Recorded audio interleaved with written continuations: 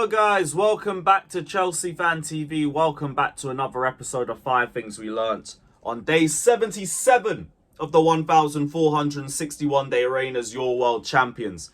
Gotta keep bigging that up because right now it feels like that's all that we got left at this point because this start to the season has been diabolical.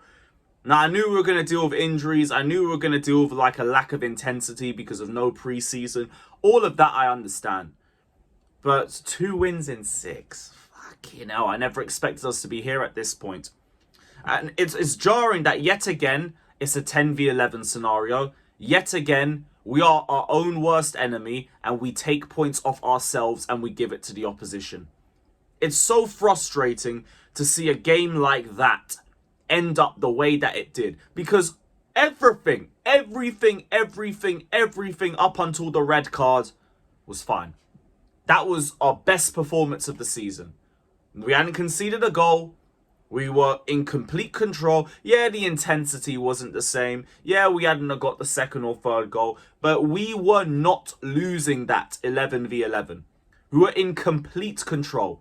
And then one stupid decision. Andre Santos, you're my guy. But goodness me, man, that touch. You just put Chalobah in a ton of danger. And Chalobah, like... Did you not hear what Maresca said last week about I'd rather take the goal and be 11v11? You didn't hear that? That didn't go in there? No? Alright, cool. Alright, great. Down to 10 men we are. And then back to the same old bullshit like last week when we were down to 10 men. And the first thing I want to talk about is the substitutions.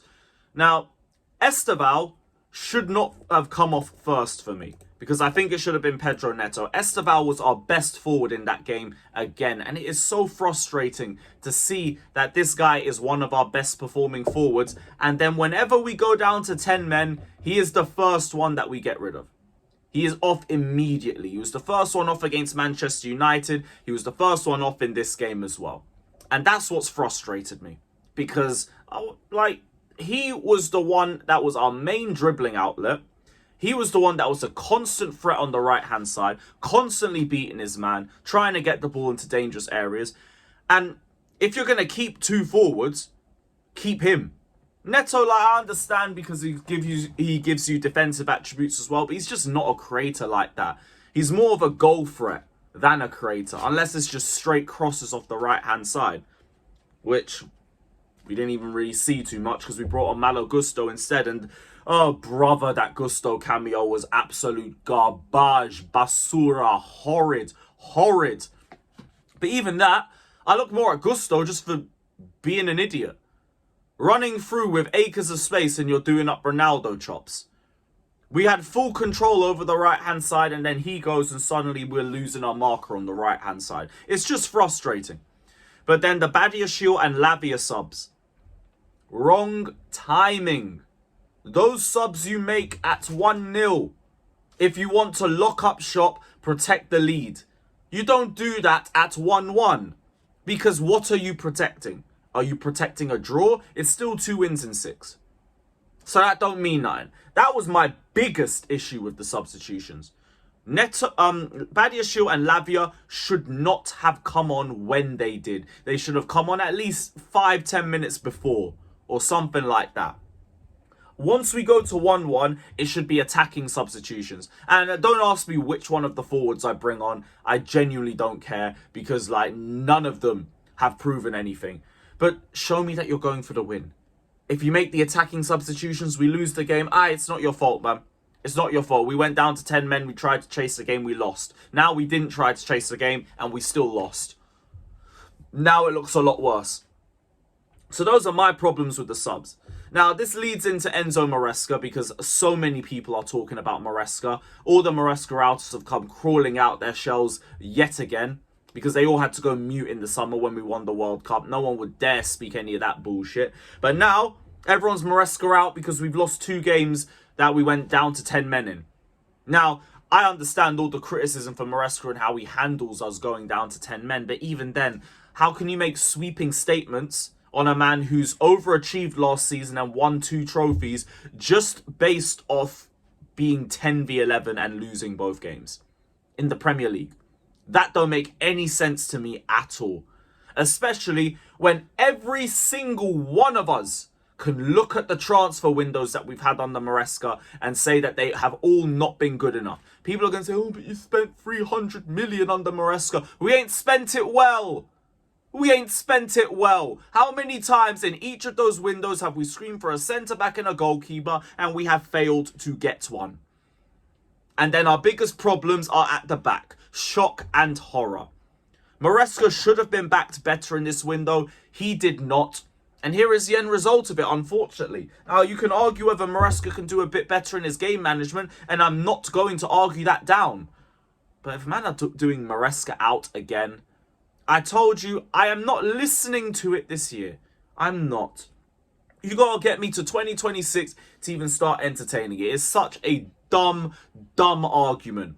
From when we knew that we're playing way too many minutes this year, from when we knew we needed strengthening at the back and we didn't do it, we set ourselves up to fail. Fail to prepare, prepare to fail. That's exactly what we've done. That's why I can't turn on the manager on this. If you have, you probably just didn't want him here in the first place. So, whatever. But it all goes back to the window, which is my third point. We have internal solutions, guys. We don't need a centre-back. We got Josh Achimpong. We're all good, everybody. You see how that worked? Josh Achimpong, I ain't even going to be on to you too much because of your lack of experience. You're, what, 18, 19 years? And we're expecting to throw all the defensive responsibilities onto you? This is what we get for that. But he's not ready. He's not ready to lead that line. We're talking about Achimpong leading the line. Do you know how crazy that is? And I'm meant to be against the coach. When this is what we have to deal with. We have one available centre-back for next week now. We're going to go into that with Badiashile, Hato and Achimpong. God bless the three of you. God bless the three of you and God be with you lot because we're going to need that. It's pathetic. It is absolutely pathetic the way that we have set ourselves up for this season. And especially of all the money that we have brought in off the World Cup and off getting top 4, winning 2 trophies, all of that. It's so pathetic to see the way that we've handled this season. It's a shame. Last point, João Pedro. We need to start getting him more involved in games. We also probably need to just play him with a striker up top to open up some space for him. But João Pedro, the last couple of games, he's been doing more defensively than offensively. And there's nothing to rip him for. Because we've been down to 10 men and he's been left on an island isolated because we've been taking off our forwards in both those matches. But we need to get him more involved in these games.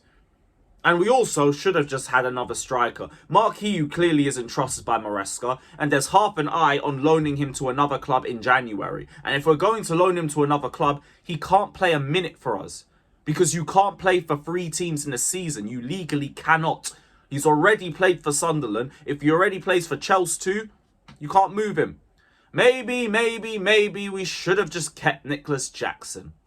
Even though everybody didn't want to hear it because of how bad he was in 2025. I've been telling people he can do the Liam Delap role of just bullying centre-backs, dragging them out of position and opening up space for the likes of your Estevals and your João Pedros and your Cole Palmers when he's fit. But now we didn't want to do that. We didn't want to do that. He's got 2 reds in a row. Oh, great. For goodness sakes, man. The way we have handled this window is 16, 17 levels of bad. And that says a lot. And we are already reaping the rewards of this shit show in record time.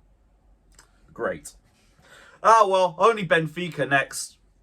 Only Benfica next. Jose Mourinho low block from hell. Oh, brother, we are going to see a new meaning to the term of dark arts in that game. And then it's the Premier League champs. Get me through to this international break, you know them ones.